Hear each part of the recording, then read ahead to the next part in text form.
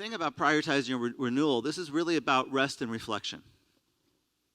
Taking time to slow down, to breathe, and have some recovery. So often, you're at the constant demands of the deadlines and things that you're doing, you're going full bore, and there's no breaks.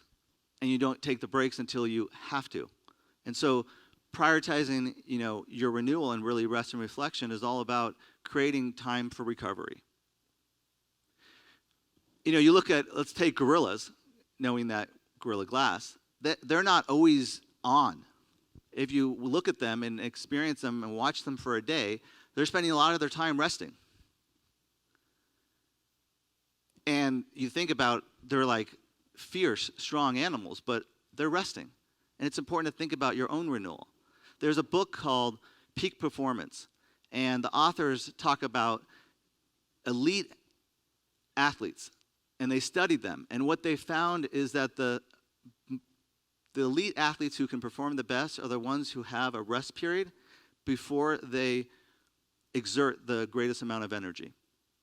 Another term that I've used before is called you taper. So you're doing a sporting event, you're going full bore, you're training, whether it's a runner or a swimmer. And then all of a sudden, when you get to a certain point, about a month or so before the event, you start cutting down the intensity of the workouts.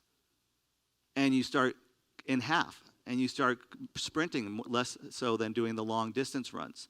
And you just start slowing it down, because you need a rest period before you have an intense period. Let's take that to your work environment.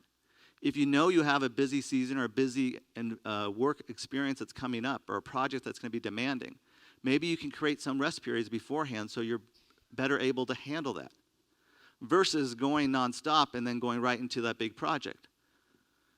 So to start being more intentional with how you're showing up at work and how you're taking time for the work-life balance entities that we're talking about today.